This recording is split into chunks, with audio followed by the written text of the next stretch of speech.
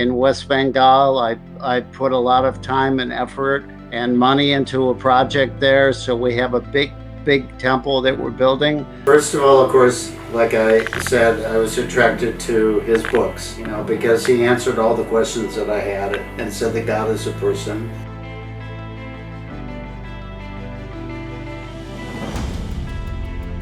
Hare Krishna, Hare Krishna, Krishna Krishna, Hare Hare, Hare Rama, Rama Rama, Hare Hare.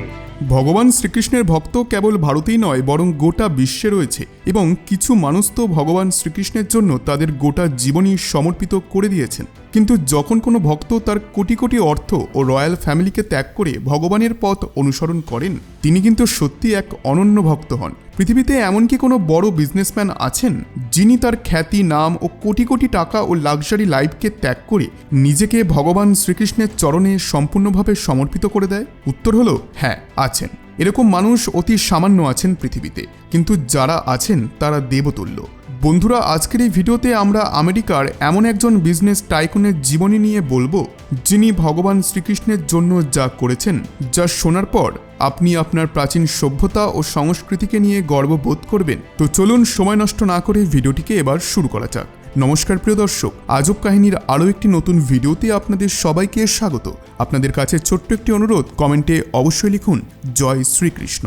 আজ আমরা যাকে নিয়ে কথা বলবো তিনি এক রয়্যাল ফ্যামিলিতে জন্মগ্রহণ করেন, কিন্তু মাত্র 23 বছর বয়সে তিনি তার কোটি কোটি টাকার সম্পত্তি ও দৌলত ভগবান শ্রীকৃষ্ণের মন্দির বানানোর জন্য খুশি খুশি সমর্পিত করে দেন।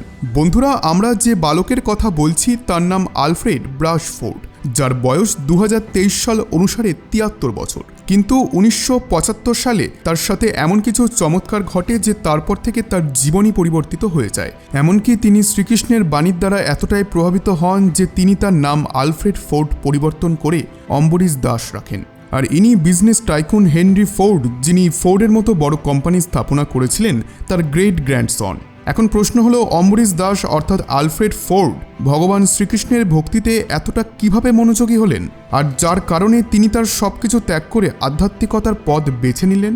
বন্ধুরা, 1974 সালে আলফ্রেড ফোর্ডের বয়স ছিল মাত্র 23 বছর এবং তিনি ইউএসের একটি কলেজে স্টাডি করতেন। এখানে তার সাক্ষাৎ হয় ভগবান শ্রীকৃষ্ণের আমেরিকান ভক্তদের সঙ্গে, যারা সারাদিন ভগবানের নাম জপ করতেন। এর অতিরিক্ত অন্য কোনো দিকে মন দিতেন না এবং ভাগবদ্গীতার অধ্যয়ন করতেন।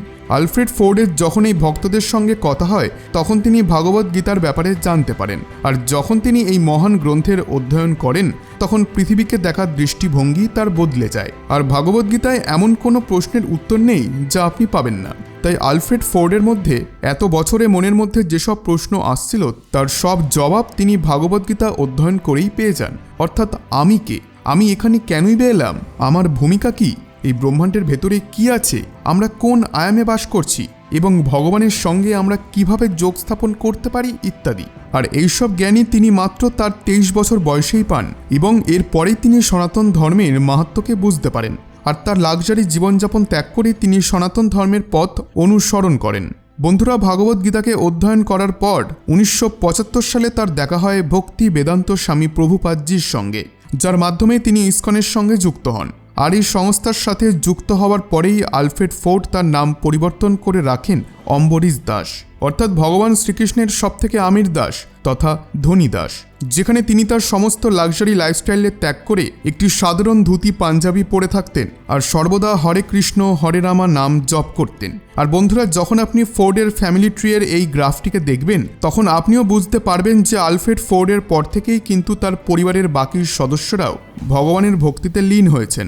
আপনি একথা শুনলে চমকে যাবেন যে আলফ্রেড ফোর্ড 1975 সাল থেকে প্রতিদিন হরে কৃষ্ণ হরে রামা মন্ত্রের জপ 1728 বার করে আসছেন। আলফ্রেড ফোর্ড যখন 1975 সালে ইসকনে যোগ দেন তখন থেকে ভগবান শ্রীকৃষ্ণের মন্দির পৃথিবী জুড়ে বানানোর জন্য ইসকনের কোনোদিনও টাকা পয়সার অভাব হয়নি। কারণ আলফ্রেড এসেছিলেন এক অত্যন্ত ধনী পরিবার থেকে, আর সবথেকে বেশি ডোনেশন কিন্তু তিনিই করেছিলেন। আর এই কথার জলজান্ত উদাহরণ হলো পশ্চিমবঙ্গের মায়াপুরে তৈরি হওয়া পৃথিবীর সবথেকে বড় হিন্দু মন্দির, যার নাম টেম্পল অফ ভেদিক প্ল্যানেটারিয়াম। এই টেম্পলকে বানানোর জন্য আলফ্রেড ফোর্ড নিজে $30 মিলিয়ন ডোনেট করেছিলেন। এখন কিছু মানুষ এই প্রশ্ন তুলতে পারেন যে এত টাকা দিয়ে তো স্কুল, কলেজ ও হসপিটাল বানানো যেত, তাহলে কেন এত পরিমাণ টাকা মন্দির বানানোর জন্য খরচ করা হলো? এই নিয়েও ফোর্ড এক সুন্দর উক্তি দিয়েছেন। তিনি বলেছেন, স্কুল, কলেজ এবং হসপিটাল সবসময় থাকবে না, কিন্তু মন্দিরের আধ্যাত্মিক জ্ঞান আমাদের জীবনের সর্বদা থাকবে। আর মন্দিরে গরিব ক্ষুধার্ত মানুষ ভোজন পান, হানিকারক অভ্যাসের ত্যাগ হয় সেখানে। দৈনন্দিন চাপের মাঝে মন্দিরে এসে কিছুটা সময় কাটালে মন শান্ত হয়ে যায় এবং মানুষ জীবনে বেঁচে থাকার এক নতুন রাস্তা খুঁজে পান। এই কারণেই আমি হিন্দু মন্দির বানানোর জন্য এত বড় ডোনেশন করেছি এবং ভবিষ্যতেও করব। বন্ধুরা, এটি তো তার কেবল একটি ডোনেশন। তার বাকি ডোনেশনগুলির অ্যামাউন্ট শুনলে আপনার চোখ কপালে উঠবে। তার ডোনেশনগুলির মধ্যে কিছু অন্যতম ডোনেশন হলো: নাম্বার 1, রাশিয়ার রাজধানী মস্কোতে ভেদিক কালচারাল সেন্টার বানানোর জন্য $10 মিলিয়ন দান করেছিলেন ফোর্ড। নাম্বার 2, হনলুলুতে হরেকৃষ্ণ মন্দির বানানোর জন্য তিনি দান করেছিলেন $6 লক্ষ। নাম্বার 3, ইউএসের হাওয়াইতে প্রথম হিন্দু মন্দিরের স্থাপনার জন্য কোটি কোটি টাকা ডোনেট করেছিলেন। সাথে 1983 সালে ডেট্রয়েটে ভক্তি বেদান্ত কালচারাল সেন্টারের স্থাপনার জন্য তিনি $5 লাখ দান করেছিলেন। আলফ্রেড তার কোটি কোটি টাকা কেবল হিন্দু মন্দিরের নির্মাণের জন্যই দান করে গেছেন, আর ভবিষ্যতেও তিনি এমনটাই করবেন। বন্ধুরা, এনার ফোর্ডের পাশাপাশি আরও কিছু বিজনেস আছে যার প্রফিটের একটি বড় অংশ তিনি ডোনেট করেন।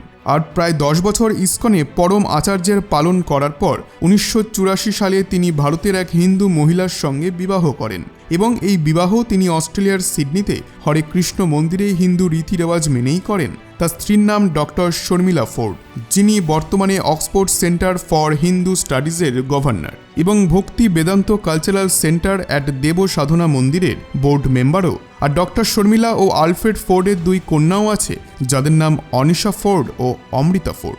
অর্থাৎ হেনরি ফোর্ডের গ্রেট গ্র্যান্ডসন আলফ্রেড ফোর্ডের পর থেকে তার পরবর্তী বংশ সনাতন ধর্মে দীক্ষিত হয় এবং ভবিষ্যতেও হবে। আর আলফ্রেড ফোর্ড এবং তার পরবর্তী প্রজন্ম এইভাবেই মন্দির নির্মাণে কোটি কোটি ডোনেশন অবশ্যই করবে, যাতে ভবিষ্যতে গিয়ে ভারতের সনাতন সংস্কৃতি সম্পূর্ণ বিশ্বে প্রকাশ পায়। বন্ধুরা, আশা করছি আজকের এই ভিডিওটি আপনাদের ভালো লেগেছে। ভিডিওটি ভালো লেগে থাকলে ভিডিওটিতে অবশ্যই একটি লাইক ও চ্যানেলটিকে সাবস্ক্রাইব করতে ভুলবেন না, কারণ চ্যানেলটিকে সাবস্ক্রাইব করলে আমাদের অনেক উপকার হয়। দেখা হচ্ছে পরের ভিডিওতে। ধন্যবাদ। For the country, and I encourage everybody to get involved in this initiative.